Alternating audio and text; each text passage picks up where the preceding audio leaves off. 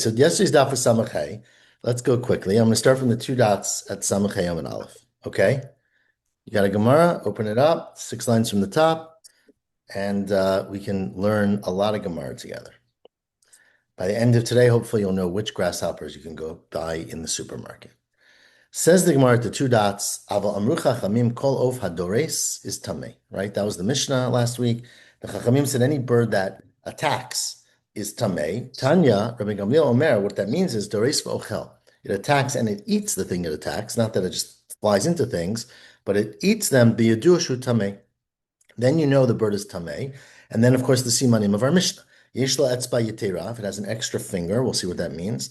Zefek, it has this crop that it uses to store seeds. Kurkabano niklaf, it has a kurkaban, which is peeled, right? Meaning it comes off, the skin comes off easily, which of course we discussed a lot of this, hopefully, last week, if you learned it all. All of those things are simanei tahara, right? Those three are siman b'yadushi tahar. So there's one siman tuma and three tahara. Rabbi Lezer Rabbi Tzadok Omer, Rabbi Lezer Rabbi Tzadok says, you know how you can test a bird to see whether its claws or its feet are extra? Motchin lo chutsham meshicha. You spread out a string of wire, right? And then you let the bird sit on it, and you watch how it puts its feet. Im choleket raglav shnayim mikan tameh. If it puts two in the front and two in the back, then it's tameh. But shalosh likan, machal likan tahar. If it's three in one, it's tahar, and that's what we mean by etzba yitera, that it uses three in one side and one in the other. Rabbi Shimon ben Elazar Omer, Rabbi Shimon ben Elazar says, I have a whole other halacha, which is kol of hakolet min ha'avir tameh. Any bird that catches things in the air, right? You throw it fish, and it catches them. That is a tameh bird, right? It's a violent bird. It's an aggressive bird. Maybe we don't know why these things are tameh, but that bird is tameh. And siparta nami says, how could that be? Good morning, Robert. I'll just tell you where we are. We're going quickly today, if that's okay, because we missed last night. So we're on Daf Samachay Amud Aleph, halfway down. We just said that any bird that catches things is tameh. But what about siparta? Now, siparta, I don't know what siparta is in English, but siparta was a bird that they ate that was kosher. And the siparta catches things. It's like a circus bird. You throw at things, it catches them. So I asked the Gemara, siparta nami miklat kalta, and you said it's tameh, but this bird is something we eat. Amar Abaye, no, kolet va'ochel kamrina. We mean it grabs it in the air and eats it in the air. Not that it grabs it with its talons and sits down and then eats it. It eats it in the air. If a bird eats mid-flight, that is a tameh bird. Achemrim omrim, now this is a very important rule for everyone. Said the achemrim, you don't need to actually know if a bird is kosher or not. You can just judge it by its neighbors. Shachan im tmeim tameh. If it lives with tameh birds, it's a tameh bird. Im taharim tahar. Let's say you have a new bird, you don't know if it's tahar or tameh. Look at who it hangs out with. If it hangs out with tameh birds, it's tameh. It's like if you hang out with the bad kids, right? If it hangs out with tahar birds, you're a tahar. It says, come on, Rebbe Eliezer. That's like Rebbe Eliezer. To Tanya, we have a braita. Rebbe Eliezer Omer. Rabbi Eliezer said, Lo lechinam halach zarzir etzel orev. It was not for nothing that the zarzir, which is a kind of bird which we don't know if it's kosher or not, went to live next to the orev. El mipnei shum mino. That the zarzir bird hangs out with the orev bird, just like the orev bird is tameh, the zarzir is tameh. And it's not necessarily filutim rabbanan, shachim and idme kamrinan. All the acherim meant is that if you live with the bird and you look like it, you can assume it's the same species. So that is a tameh bird. I see we have Miriam now as well. So Miriam, we went back and did a lot of yesterday because we missed last night. So we're gonna keep going. I'll go quickly. We'll get through both dapim, I promise. With everyone's permission. What are you up to? We're at the two dots of Chagavim on Samachay Amud Aleph. Be a review for you, I think, but a quick review. And it's actually worthwhile because today's daf starts smack in the middle of a sugya. So we'll read this quickly, assuming some people already learned it, and if you didn't, you'll take your time and review it. So the Mishnah gave, if you recall, Chagav, we're up to grasshoppers now, as we call them, grasshoppers. Grasshoppers. So the Mishnah gave 4 simanim. Grasshoppers have to have 4 legs. They have to have wings that cover the entire body. They have to have these long legs, and they have to have, what was the 4th one? I forgot. Anyways, they have to have a 4th one. Sorry. I should remember this. Nuntat. The Chagavim, the Mishnah said they have to have Arba raglayim, or four wings. Four legs, four wings. They have to have long jumping legs, and they have to have wings that cover most of their body. My rubo. Now, what does it mean the wings cover most of the body? Amar Yehuda Amarav, Rov Arko means the most of the length of the body, right? The body's 6 inches long, the wings have to be at least 3 inches. V'amar La, some said Rov Hakefo means most of the width of the body, mean most of the diameter of the body. Amar Rav Papa says Rav Papa, therefore we do both. Hilkach bina Rov Arko, ubina Rov Hakefo. Tanur Rabbanan says the Braita, a question that's going to be very relevant later today for fish. What if ein lo achshav v'atil legadel la'acher zman? You have a grasshopper, it's a baby grasshopper, it doesn't have wings yet, but it's going to get wings if it grows older, but you want to eat it as a baby because they're very tasty and juicy and delicious. So, kigonach zachal. What about things like the zachal? Says the Gemara mutar, that's okay. It doesn't actually have to have the wings. It has to be a species that will grow the wings. Rabbi Elazar, Rabbi Yossi Omer, it's based on a pasuk. Because the pasuk says, asher lo pra'ayim. Anything that has, remember this is a pasuk that says, I'll read the whole pasuk in Shmini, et zeh tochlu, this is what you can eat, ach et zeh tochlu, mikol sheretz ha'of holech araba, from every sheretz ha'of, we'll call them grasshoppers, but insects of air, asher lo karayim, mima'al l'raglav. It has karayim, it has jumping legs, it has wings, we'll see what they are, above its regular legs. Now, if you look at the pasuk, though, it says lo with an aleph. So although we read it lo, meaning it has, the way it's written is it does not have. And what we learn from there, says Rabbi Yossi, is afal pi she'ein lo achshav, v'atil legadel la'acher zman. Even though it doesn't have them now, it will have them, and therefore that's why it's kosher. It doesn't actually have to have them right when you eat the insect. Now, my zachal, what is this jumping thing called zachal? Amar Abaye, it's askara. It's an askara, which doesn't help me any more than the word zachal, but to someone who speaks Aramaic, presumably it's helpful. Miriam, do you have English for any of these things, or they just have the Hebrew transliterated?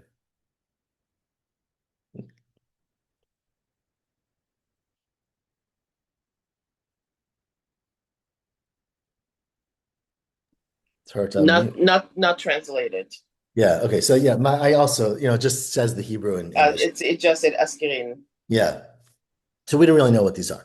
Anyways, let us continue. So I'm going to read two psukim, which again, hopefully if you learned this yesterday, it'll be a little bit easier for you, but this is not an easy Gemara. But the point is that there's two psukim in Parshat Shmini back to back, right? The first pasuk is one I just read. I'm going to read it again. It's Perek Yud Aleph, pasuk Chaf Aleph. It says, "Ach et zeh tochlu mikol sheretz ha'of ha'holech arba asher lo kra'ayim," right? Mimal raglav.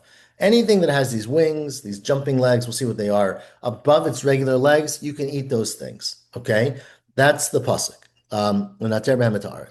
The next pasuk says, Et elu mehem tochelu. These are the ones you can eat. Et ha'arbeh lemineo, et salam lemineo, et chargal, arbeh is lemino, sorry. Salam lemineo, chargol lemineo, and chagav lemineo. So the pasuk specifies four types of grasshoppers, and then about each one it says limineu. Okay, so we don't know what any of this is, of course, but the question is the Torah saying you can eat all grasshoppers, and then it's saying only these four? Is it saying only these four? Then what is the first pasuk saying? So Tanur Rabbanan, let's understand all these psukim. It says the Braita, we are at the first wide line on Samach and Aleph. Et elu mehem tuchlu et arbeh, etc. Says the Braita, arbeh ze govai. And arbeh is a govai, and it doesn't help us. We don't know what that is. Salam ze rashon. Chargot ze nipo. Chagav ze nadyan. Okay, these are the four different grasshoppers mentioned in the pasuk in whatever language. I think Rashi says these are, Rashi does not say. Okay, these are their names. Then says the Braita, Matam limino, limineo, limineo, limineo, arba pamim. Right, after each one it says, and its species. What are we including? Says the Tanakam and the Braita, which is later we're going to call this Tana de Rav. This is the Stam Braita taught in the house of Rav. Lahavit, Sipora Kramim, Yochna Yerushalmit, Artsuvia, and Razbanit. These are four different types of grasshoppers, which all have different features. They're all included. So basically you have four plus four extra, and we get 8 types of grasshoppers. That's the Tanakama. The Be'er Bishmal Tana, it's much more complex than that. Elu klalei klalot ve'elu prate pratot. This is meant to be general and prat, meaning klal or prat, and it's meant to actually teach you about other things. So the pasuk is not just saying arbe plus one more, it's giving you a vision of things that are fit an arbe, fit the klal, but are limited by a prat. And what's he referring to? Says the Gemara, arbe, last line, Zeh govai. We all agree. An arba is a govai. Again, we don't know what a govai is. But an interesting thing about a govai is that it has the four simanim of our Mishnah. And when it says limino, that is lavit tziport kramim. Turn to daf samach hey amud bet. That includes tziport kramim. Now, tziport kramim is different than a govai, which is, sorry, than an arba, because we'll see, it's similar. Take it back. It's very similar. It has the similar kinds of features.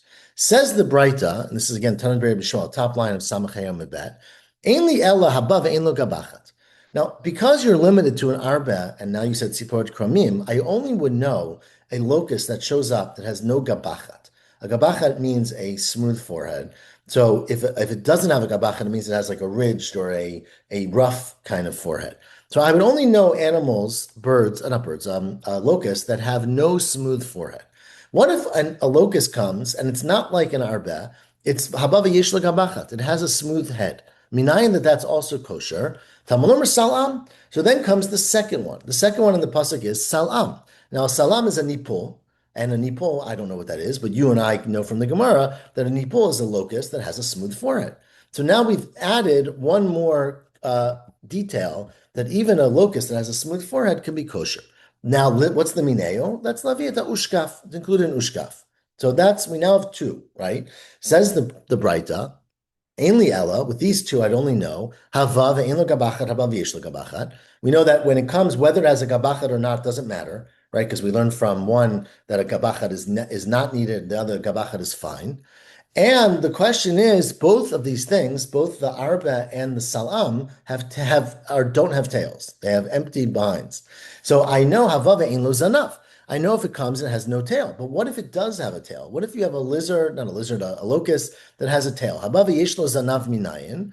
Talmud omer chargol. That's why we have the third case of chargol, which a chargol is another case of a lizard, and that, not like you're saying lizard, of a locust, and that adds a one with a tail. Zer rashon, it's referred to a rashon, lemineo laviata kar sefet shachlanit.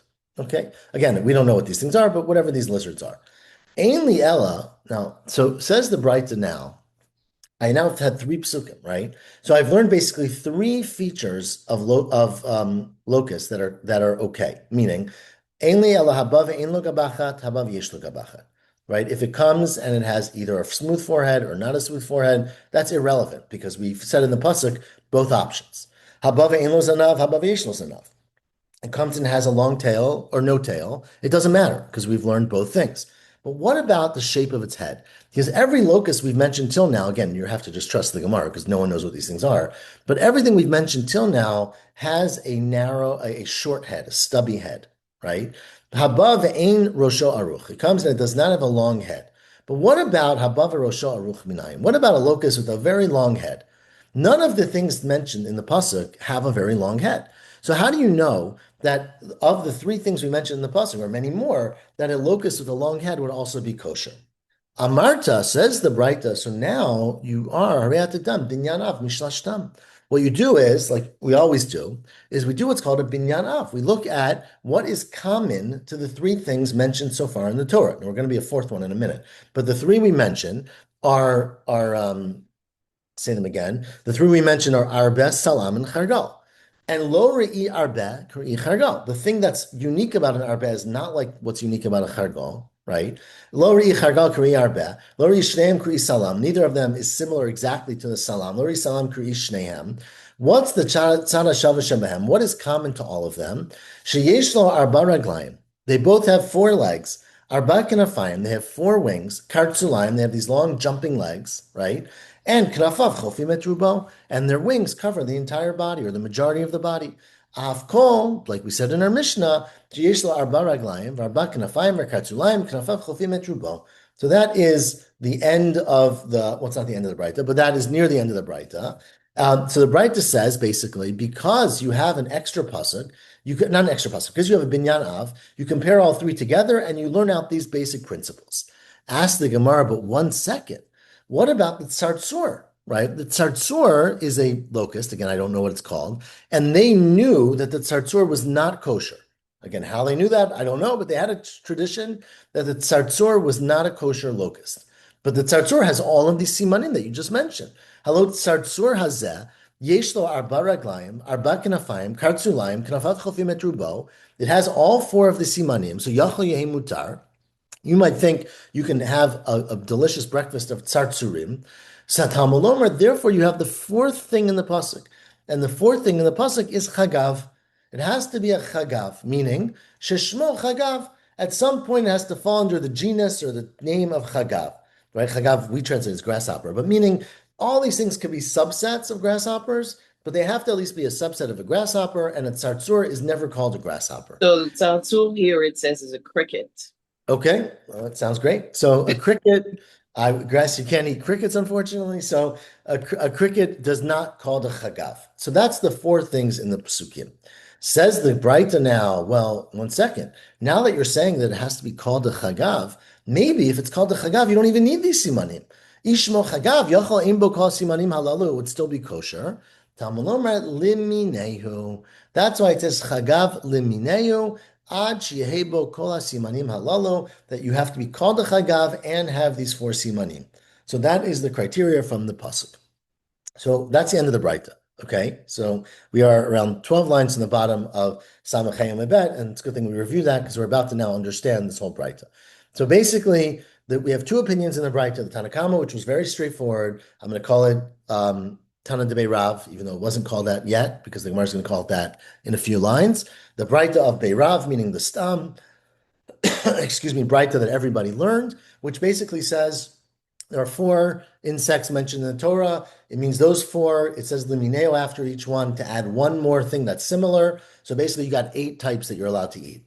And then you have Tana Debei Rav Yishmael, which says, no, this is much more complicated. You have to learn out of these things and look at them and how are they similar? How are they different? And basically, when you come to the conclusion of the first 3, right, just looking at the first 3, which is the Arbet, the Salam, and the Chargol, you basically can include everything that has these 4 simanim, because all 3 of those locusts have 4 legs, 4 wings, jumping legs, and knafav, and wings that cover most of the body. None of them share similarities in the shape of their head, in the bumpiness of the head, in the presence of a tail, and therefore those things cannot be essential. I'm going to ask in a second, because it's not true, because there is one of them that is essential, that is, common to all of them, which is that none of them have a long head. So Parach Rav Achai, so ask Rav Achai, what are you talking about? These 3 things, again, the Arba, Salam, and Chargol, Ein Rashon Aroch, none of them have a long head. So why don't you say that the long head is also a 5th siman, right? That you need to have these 4 simanim plus a short head. Says the Gemara, well, maybe that's not a good question. Kivan deshavu ba'arba simanim, maitinam lo parchinan. The fact that they share the 4 simanim, right, the 4 legs, 4 wings, etc., that's enough to say it's similar. Well, if that's true, then you don't even say chargol, right? We said you needed to have chargol to tell you that even though the chargol has a tail, it's still okay, right? Because the arba and the salam don't have a tail. But if you're saying that as long as you have the 4 signs, that's enough to be kosher, since a chargol has the 4 signs, you don't actually need to say it in the pasuk. It would be extra. Ella, why did we say chargol? Because ikala mifrach, because you asked a question and you said you can't learn chargol out from arba and salam because malahanach kein lem is enough because those 2 don't have a tail, so chargol is not included. So therefore, we had to say chargol. But then, if you're saying the same logic, how do you know locusts that have a long head? Why don't you say that these don't have a long head? El Amar Rav Achai, says Rav Achai, let me explain to you what the Breita is really saying. The Breita is really saying that Salam Yiterahu. Salam is really extra. Why is Salam extra? Remember the third one, right? Why? So you have Arba, Salam, and Chargol. So before you said Arba, you said Salam. Did you need to say Chargol? And we said you didn't need to say Chargol because of the tail. Says Rav Achai, but Salam is unnecessary, the second one in the list. Why is Salam Yeterahu? Because you could have said Lo Lichter Rachman Salam. Don't say the second grasshopper. Don't say Salam, and learn it from the first and the third. Teti me'arbe u'michargol. And what are you going to say? My parachta, you're going to say, no, it's not similar. Because Mala Arba ain't lo gabachat. And Arba doesn't have a flat head, and a Salam does. But, all right, sorry. Where am I? Mala Arba ain't lo gabachat, but that's true. But the Chargol, the third one, does have a gabachat. and it's kosher. Then you're going to say, well, the chargol is different. The yesh lo zanav, it has a tail. Hare arba ein lo zanav, right? The arba does not have a tail. So you can't say that a tail is essential. So therefore, the question is, salam de katav rachman alamali. Why did the Torah have to say the second locust of salam? It's telling you that we have to learn something else out of it. Now, the extra thing we're going to learn is the principle of eino inyan legufo, tneo inyan l'rosha aruch. You don't need to tell me anything about a salam, as a salam fits into the two other categories and it has all four simanim. It must be telling you that there's another unessential part, meaning that the shape of the head does not matter. Okay? So that is Rav Achai's answer. Now, with that short introduction, we're at the top word of Samach Vav Amud Aleph. As the Gemara today, which is good that we did all that intro, the Maika Miflagi, right? What's the machloket between Tana de Rav, which is the way we refer to the Tanakama of the Braita, and Rashi explains here, it's a beautiful Rashi, that the reason we call it Tana de Rav is that it was a Stam Braita that was said for everybody. So Rav meant a very open audience, as opposed to Tana de Rabbi Yishmael, which was only taught in Rabbi Yishmael's yeshiva, right, or Rabbi Yishmael's Beit Midrash. So what's the difference between the Tanakama of Tana de Rav and the opinion of Tana de Rabbi Yishmael, which we just discussed for the last Amud? The difference is Birosho Aroch Kamiflagi. The difference is whether a locust with a long head would be included. So we'll read this out in a second. But basically, the Tanakama says, no, a long head is a problem. If you have a long head, you're not a kosher locust. And Rabbi Yishmael, with the interpretation of Rabbi Chai, is that even a long head is included. And let's read that now all inside. Tana de Rav Savar, we're at the second line, now the third line. Tana de Rav holds that the way you read the psukim are, the first pasuk says, Asher lo kora'ayim, right? The bird has, the locust has these jointed legs, right? Kora'ayim are sort of these jumping legs. Klal, that tells you any animal with these kind of legs is kosher. Then it speaks out in the second pasuk, Arbe salam chargol chagav. Limineo. That is all prat. It's basically saying klal prat. You have say everything is okay. These four are okay, meaning ein bechlal masha beprat. Right? Only we're specifying what is included in the heter of eating locusts, meaning dimine in delav mine lo. Right? The things that are of the same species of arbe salam chargon chagav are kosher. And if it's not kosher, and that means marbi dedam and mishneit stadim. We're including things that are similar in every feature, meaning two aspects means they're very, very similar to the principle. And if you go back to Samach Hayam and Aleph, they quoted what those things were. Again, we don't know what these things are, but the Braita said that the extra thing from Chargol was whatever, was chagav, where am I? That we included Tziporet Kramim, Yochna Yushalmit, Artsuvia, and Zarzvanit, right? That is the Tanakam. That's Tana de Rav. Tana de Rabbi Yishmael Savar, but Tana de Rabbi Yishmael, on the other hand, holds that, in fact, it's a klal prat uklal, right? And meaning, the first pasuk says every jumping locust is kosher. Asher lo kra'ayim klal. Everything that has kra'ayim, these jumping legs, is kosher.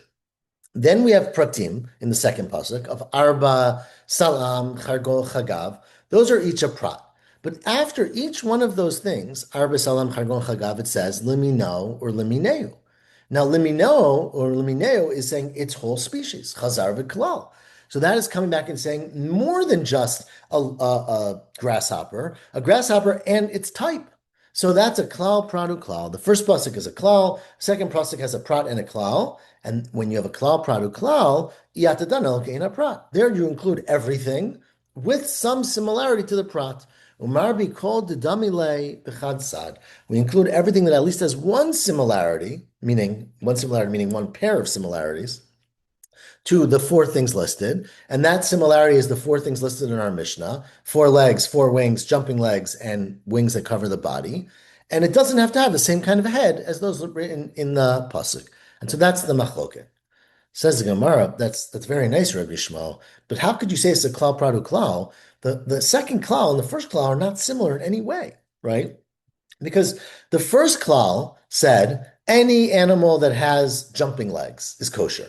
The second one said arbet and anything like arbet. But anything like arbet is not as broad as anything with jumping legs. Like arbet means you have to have 4 legs and 4 wings, etc. Says the Gemara, "Hello, dami kalakama lekala batra."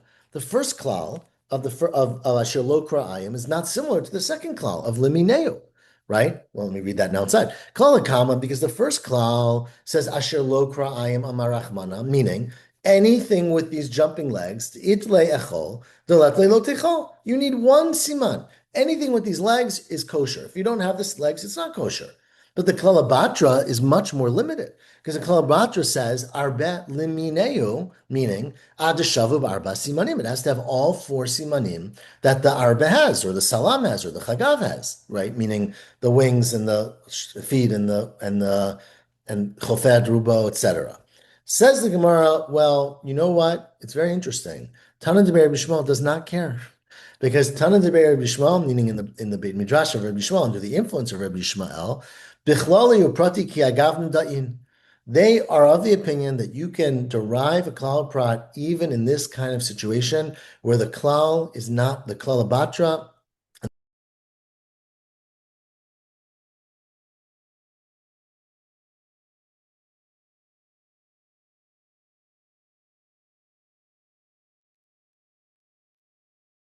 Am I back? All right, if you lost me, I don't know what just happened. Okay, and as you say throughout the Amina Nami Ba'alma, we are now almost at the two dots. I have a two dots at least in Samach Vav and Aleph. When you say throughout regular limud of the Gemara, right, we have this throughout the Gemara, that Da'in Tana de Rebbe Shmuel B'chlali or Prati Ki Hagavna, that Rebbe Shmuel's opinion is that you can darshan a klal prat even when the klal kama and the klal batra are different. Mehacha, this is the source of that. So meaning this is the original klal prat uklal that Tana de Rebbe Shmuel uses to learn that you can make a klal prat uklal even when the first klal is not similar to the second klal. So this is a source, so write it down, get used to it, and that is the machloket of Tana de Rebbe Shmuel and the Tanakama, which we're calling here Tana de Rav. Now, so hopefully everyone's an expert. You can go home and eat your locusts, okay? Now, just a few last details before we finish locus. Amar Mar, I have two dots. I don't know if every Gemara is two dots. Halfway down, Samach Vav Amid Aleph. Ishmo Chagav, the Braita said at the end of Tanad Rebbe Shmuel's Braita that you have to also be called Chagav, right? And there was this locust, or as Miriam called it, the cricket, which has all the simanim, but is never called a Chagav, right? And then we said, well, if it's called a Chagav, Yachol Ein Bo Kol Simanim Alalu. Maybe you don't need any other simanim. Talmud Lomar Limineo Achi Bo Kol Simanim Alalu. Right? That was a quote from the Braita, right? Says the Gemara, Ein Bo Kol Simanim Alalu Mechateti. I don't get it. How in the world would you have thought that a locust without these four simanim, without four legs and four wings and jumping legs would be kosher? Arbe v'chargoktiv. The Torah says arbe and chargol, which are things that have all four simanim. So how would you have ever thought to include something that doesn't have them?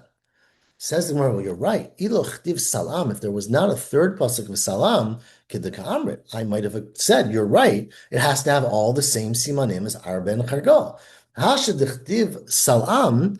Now that it said salam, and we said salam is to tell you the Rabuye Rosho Aruch. It includes a grasshopper with a long head. But you might have said, I can include a grasshopper with anything as long as it's called a grasshopper. Ika l'Rabuye nami kolduhu kamash malan. That is the chiddush. Okay, so that is why this would have been relevant. Now, just one last question before we get to fish is Maishna Hatam de Amrit. Yesterday you said that Salam Zerashon and Chargol Zenipul.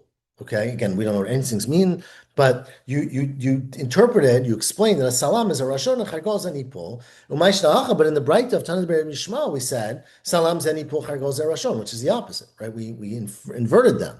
Says Gemara, you're right, because actually that's how language works. Marki Atre, one Tana or one Amora was talking about his neighborhood, one was talking about his neighborhood, and they call these things different names in different places. So not that they're, and so it's which is even more confusing, right? So there's no way to know what it really is. But basically the names were switched in different places, but it's referring to the same thing. It's just that they called them different things in different places. Okay, that's the end of the grasshoppers. Now we are 5 lines from the bottom of Daf Samach Vav and Aleph, and we get to an issue that is much more relevant to us because we eat fish, which is what makes a kosher fish, right? So if you recall in our Mishnah, it said, "B'dagim kol sheyesh lo snapir v'kaskeset." Anything that has a snapir we translate as a fin, and kaskeset, which are scales. Okay, very, very basic requirements. Tan Rabbanan, says the Braita. Ein lo achshav atid legadel acher zman. Let's say a fish does not have scales right now, right? It's a baby fish. I don't know. It's going to grow scales, but it's going to grow them after time. Kigon hasultanit, the afyan, like the sultanit and the afyan. Again, anyone who knows what these things are, feel free to share, scream it out.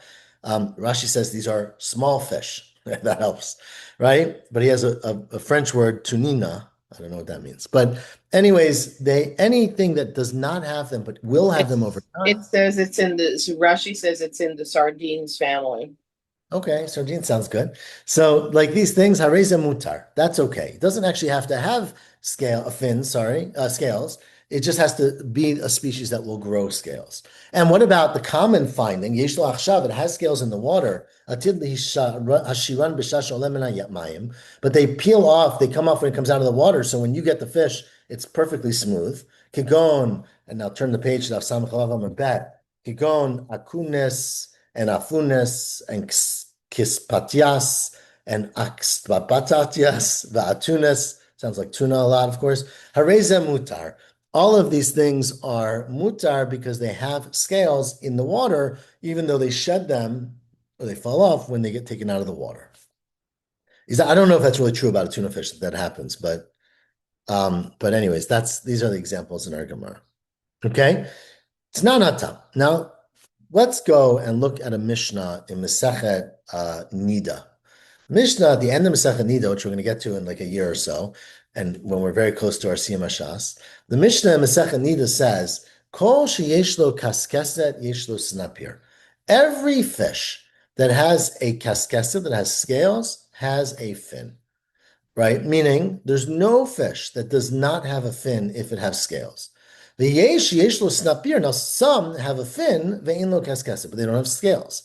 And of course, there are things, says the Mishnah, yesh lo kaskeset, ve'yesh lo snapir, but has both dug tahar, but yesh lo snapir, ve'in lo kaskeset, dug tameh. If it has a snapir, which is the fin, but it has no scales, it is a dug tameh.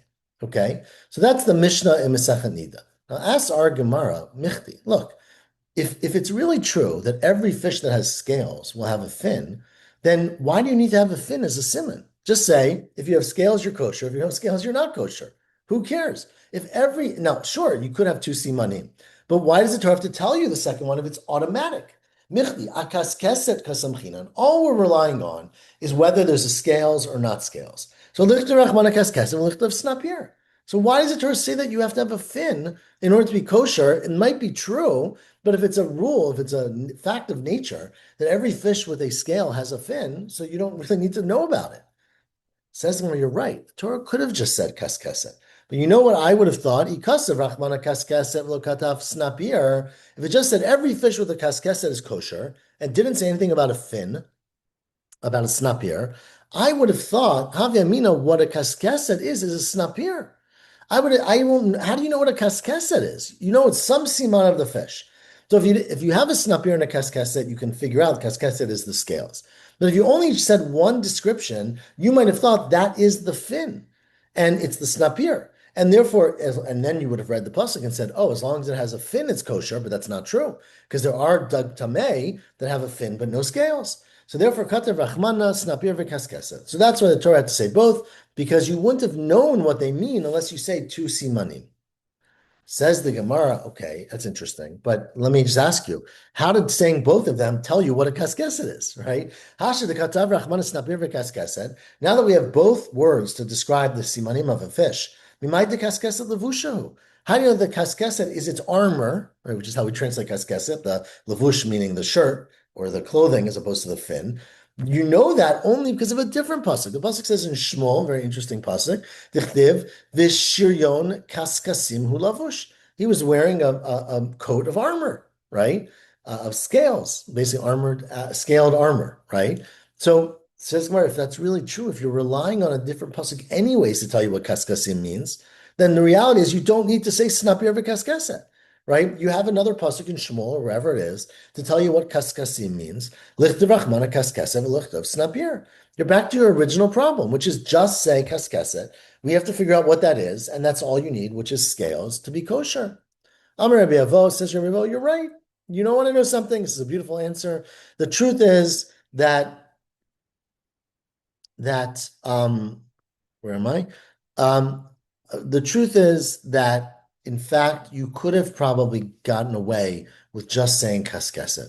But you know what says Rabbi Avo, Chen Tanad Rabbi Yishmael, Yagdil Torah v'yadir. Sometimes the Torah is abundant. I mean, the Torah sometimes says things that are not necessary to make it easier to understand, to make it clearer. Tosas here says that maybe because there are many ways to know what a kaskeset is. So you sure there's another pasuk in Shmuel, but this pasuk also is helpful. So by saying snapir v'kaskeset, you helped us isolate that a kaskeset is the scales and a snapir is the fin. So that's what we learn. That's why it says, but it's not absolutely necessary.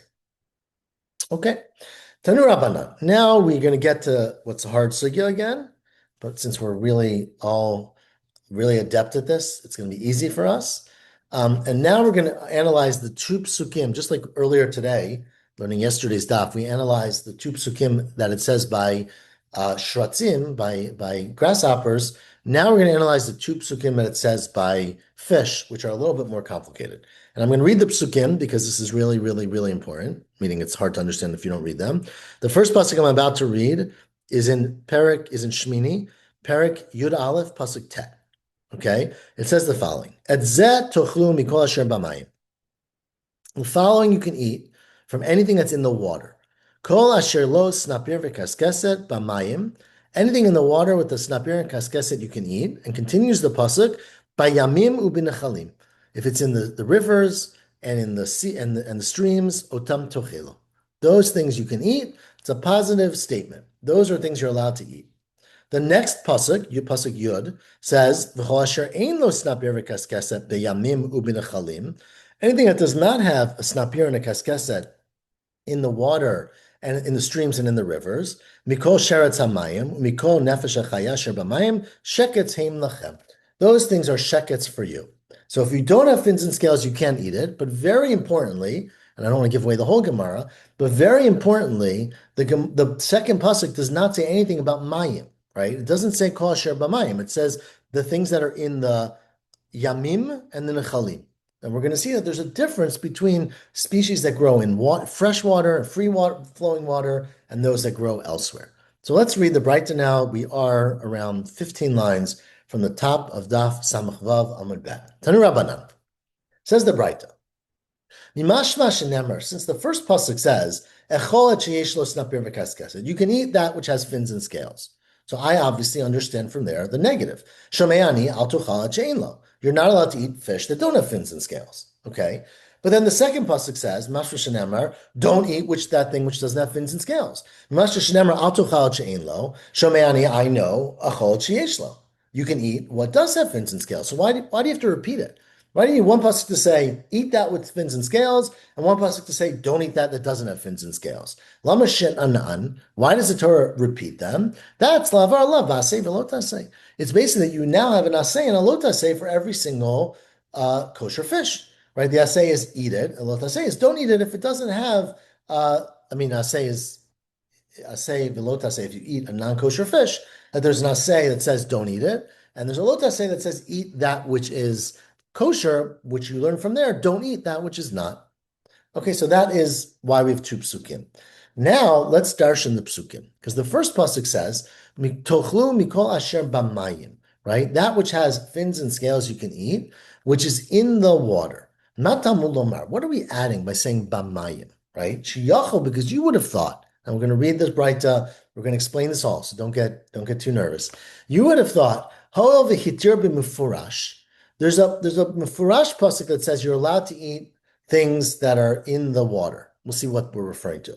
And actually, we're referring now to like shratzim, right? Shratzei hamayim. So little bugs that are in the water, you're allowed to eat them. We'll see why in a second. And it's hitir b'stam. It's also heter of stam, meaning we didn't say it explicitly, it's said implicitly. You might have thought, ma hitir b'mefurash, just like when a bug is eaten. So let me just clarify, right? So the Torah basically says any sheretz hamayim, anything that's in the water, in order to be kosher, it has to have fins and scales. But it only has to have fins and scales if it's bayamim u'b'nechalim, if it's in the free flowing water. If you have little insects or bugs or fish or crabs that are growing in a pot, right? They don't need to be kosher, right? The only time you need to have simanim is if you're in the water, right? In the free water. So well, oh, now we're gonna don't eat crabs yet. We're gonna start explaining this, okay? So ma kishehitir b'mefurash. Just like when it's matir with the pasuk of mifurash lo hitir ela b'kelim, it's only matir if it's growing or if it comes to be in a kli. Af kishehitir b'stam lo hitir ela b'kelim. So too when we're matir b'stam, it's also only if it's in a kli. Minayin the rabot borot shichinu maorot. How do you know to include things that are in between? So in between fresh water that's running and water in a pot, which is not connected to anything, what about standing water that's connected to the ground but is not running water? For example, you have caves, ditches, cisterns, right? Where you dug a hole in the ground, the water collected there. How do you know? Minayin, you can lean down, you can drink water from that pit, even though there's tons of bugs in that water and crabs and small crustaceans, and it doesn't matter. There's no requirement of snapir and kaskeset when it's in a bar shichinu ma'orot. How do you know that? Talmud Lomar, that's why it says, tochlu mikol asher bamayim. Only things bamayim have fins and scales. Okay, now that's the Breita. Ask the Gemara now, what the heck are you talking about? What do you when you say you're allowed to do it if it's in a kli? Heichan hitir b'kelim. Where were you matir to eat things that don't have fins and scales in a kli? Dichtiv, because the pasuk says, "Et zed tochlu." I mean, that's the first pasuk I read. That this you're allowed to eat. Mikol asher bamayim bayamim u'b'nechalim. Right? Anything in the water that's in the yamim, which we translate as seas, and nechalim as rivers, right? Says the Gemara actually, bayamim u'b'nechalim hu dechi itlei achol deletli lo techal. It's only in flowing water where these simanim matter. If you have fins and scales, you can eat it. If you don't have fins and scales, you can't eat it. Hab b'kelim, but the implication is that if you have standing water, afal gav deletle, any things that are growing, creeping creatures, any small or fish that are growing in that water, even if they don't have fins and scales, echol, you can eat them. Says Gemara, maybe it's the opposite. Maybe b'kelim, maybe it's saying if you have fins and scales and you're in a stream, you're allowed to eat it. If it doesn't have fins and scales, don't eat it. But maybe in a kli, you can't eat it even if it does have fins and scales, right?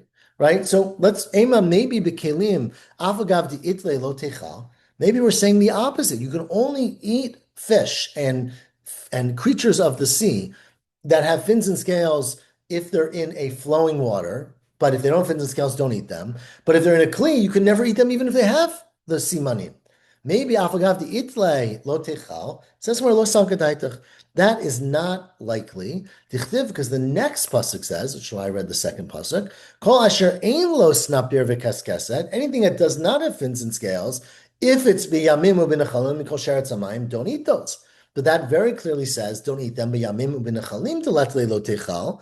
Ha b'kelim afagav deletle echol. The implication is that if it's in a kli, it doesn't matter. It's only if you're in a yamim u'nechalim, you're in a river or a sea, and you have no fins and scales, you can't eat it. But if you're in a kli, you're allowed to eat it. Okay, so that is the first level of the limud. As to the Gemara, though, ve'ema, where am I? Sorry. Everyone's still with me here? Because this is complicated. We are 6 lines from the bottom. Ve'ema, maybe, Navi, you still got me? Thumbs up. Okay. Maybe the way you should read this is as a klal prat, uklal or a klal prat. We'll see what they are in a second. Maybe what the Torah is basically saying is, and again, here's the question, right? Torah says anything in the water, mikol sheretz hasharetz al hamayim, which we usually translate as fish, but obviously the word sheretz hasharetz al hamayim, is that the words, right? Sorry, what's the word? Yeah, we call sheretz hamayim, not sheretz al hamayim. Mikol sheretz hamayim, mikol nefesh chaya asher bamayim, right? Anything that's a creature of the sea or a nefesh chaya of the water, any living thing in the water, those things, in order to eat them, they need to have fins and scales. If they don't have fins and scales, you can't eat them. The question is that the Torah is only saying it's if it's in yamimu nechalim. And we just derived and said, if it's in a kli, and we extended that and said, even if it's in a cistern or a bar or a pit, you can also lean down and drink water and don't worry about what comes up in your mouth, whether it's all kinds of disgusting little creatures. You might worry because you don't want to eat them, but you don't have to worry from a kashrut standpoint. Okay. Now, as the Gemara Ve'ema, maybe the way you should read it is completely different. Maybe Bamayim Klal. It says anything that's in the water, meaning anything. But then it says Yamimu Nichalim, Prat. Then it says only that which is in rivers and seas, and it's a klal prat. Ein bichlal elamasha beprat. Maybe it's saying only what is in the prat is required to have fins and scales, meaning yamimu nechalim in, but ni'itzim v'charitzim, but other even free water, but it's not flowing water. It's ni'itzim v'charitzim, which we translate as water as channels and trenches. Like the small things coming off the side. Maybe in those you actually don't even need to have kashrut in those things. And then it says bamai. So that's the question, right? Maybe it's a klal prat. It's saying everything and only yamimu nechalim. So maybe even other flowing water that's not a free flowing river is kosher. Answers the Gemara, well, because Bamayim Chazar v'Kalal. The pasuk Bamayim comes back again, and that tells you a new klal. Harei trei klali d'samchi la'adadi ninu. You basically have two klalim that are next to each other, right? Because basically, instead of a klal part of klal where it would say Mayim Yamimu Nechalim and then Mayim again, here it says Mayim twice in the beginning of the pasuk. And since it says Mayim twice in the beginning of the pasuk, you have to rely on what they did in the West, which is, as the Gemara says, 3 lines in the bottom, Hani trei klali smichi lahadadininu. These are two klalim that are next to each other. And Amar Ravina Kadami b'Marava, this is what they used to do in Eretz Yisrael. Kol makom shata motzei shnei klalot hasmuchim zeh lezeh. If you ever find two klalim that are next to each other, meaning it's a klal prat, for example, like this, hatel prat minei v'danum b'chlal prat uklal. You can actually, you should imagine that you throw the prat in between them and you can darshan like a klal prat uklal. And therefore, you read the pasuk the following way. Top line of Samach Zayin Amud Aleph. Bamayim, anything that's in the water needs fins and scales. That's a klal. It's telling you any water. Bayamimu b'nechalim tells you, wait a second, that's a prat. Only if it's flowing water like the seas and the rivers.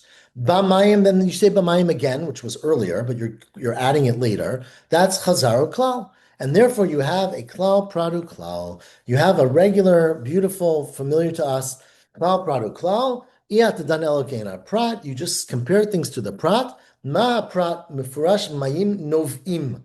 The thing that's unique to the prat is that it's flowing water. So too, af kol mayim novim.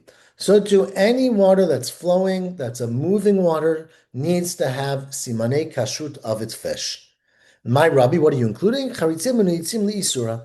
You're including that things that are side channels that flow very slowly are also flowing water, and things that you find in them have to have fins and scales or they cannot be eaten, right? So it's asur if it doesn't have it. Umay miyed, what do you exclude? Barot shichin u'marot latera. You exclude barot shichin marot, which are mutar. And so I think we have to stop there because we learned a lot. But basically, if you have standing water, there you don't actually need to have Simane Tahara, you can lean down, put your face in the water, and drink anything you want. Now we're going to get to don't go home and start drinking the crabs yet, because we're going to get to this sugya tomorrow, which discusses what happens if you ladle out the water, right? And then the crabs or the little tiny crustaceans are no longer in the water; they were removed from their natural habitat. That might be different, and we'll see different opinions about that tomorrow. Tomorrow's our last daf in this parak of Elo Treifot. So. That was a lot of Gemara. We did almost 2 dapim. Shkoch, everyone. Record time. Sorry again about last night. We lost power, as you might have heard, and we're in trouble. So, yeah, shkoch, everyone. Thank you so much. Have a Thank good you. welcome and see you Bye. all. Shavua tov. Shavua tov.